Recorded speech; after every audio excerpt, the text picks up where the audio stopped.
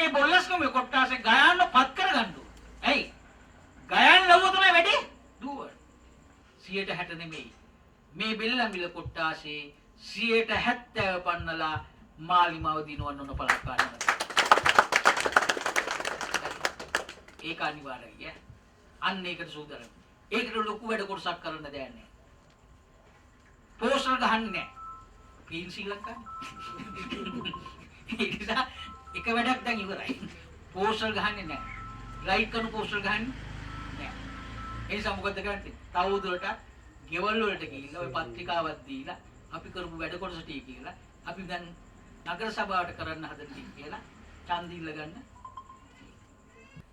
අර පාර්ලිමේන්තුවේ අර දෙන්නේ තුන් දිනේ කෑ ගහන එකෙන් විපක්ෂය කියලා තේරුම් ගන්න එපා. හරි? ඇත්ත බිම නෑ විපක්ෂයක්. බිම විපක්ෂයක් නෑ. බිම ඉන්නේ ආණ්ඩු පක්ෂය විතරයි. බිම විපක්ෂයක් නෑ.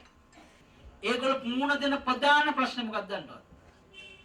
ඒගොල්ලන්ගේ පක්ෂ ලාංඡන වලින් ඉල්ලන්න අපේක්ෂකව ඉදිරිපත් වෙන්නේ නෑ. මම අද කිව්වේ කියලා හිතේ තියාගන්න. ඔය පක්ෂ ලාංඡන වලින් ඡන්දෙ ඉල්ලන්න අපේක්ෂකව කැමති නෑ. ඇයි? ඒ පක්ෂ ලාංඡන වලින් ඡන්දෙ ඉල්ලුවොත් මිනිස්සු ඡන්ද දෙන්නේ නෑ.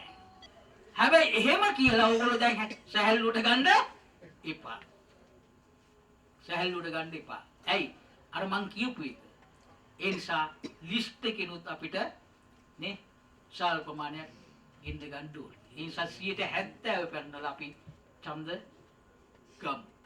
ඒකට ලොකු දෙයක් නෙයි මං කියන්නේ. ඕගොල්ලෝ මේ ඡන්දෙදී තව මිනිස්සුන්ට නේ දැනුවත් කරගෙන අපිට මොන වගේ වැඩ පිළිවෙලකටද අපි යන්නේ? මේ හදන්නේ ගයාන්ව දිනවන්න කියන එක නෙමෙයි. මේ හදන්නේ අපි රට දිනවීම සඳහා මේ නියෝජිතය දිනවන්නේ. නේ? ඔයගොල්ලෝ කොහොමද දන්නවනේ ගයාන්ලා අපි පුද්ගලිකව බැබලෙන්න උත්සාහ කරන මිනිස්සු නෙමෙයිනේ. අපිට ඔය තියෙන ප්‍රශ්න තමයි රටේ ප්‍රශ්නේ. රට දිනවන්න.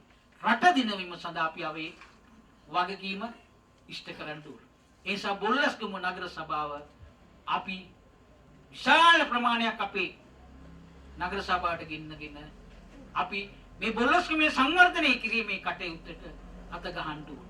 මොකද සෑහෙන ලොකු කොටසක් මේ වැඩ තියෙනවා ඈ. මේ පාරවල් වල හරිය මේ නේ අපිට ඒ රාජ්‍ය බලය හරියට පාවිච්චි කරන්න. ආණ්ඩු බලය හරියට පාවිච්චි කරන්න. නේ? ආයි ප්‍රශ්න ඉතුරු කරන්නේ නැතුව නේ මිනිස්සුන්ගේ ප්‍රශ්න ටික විසඳන්න.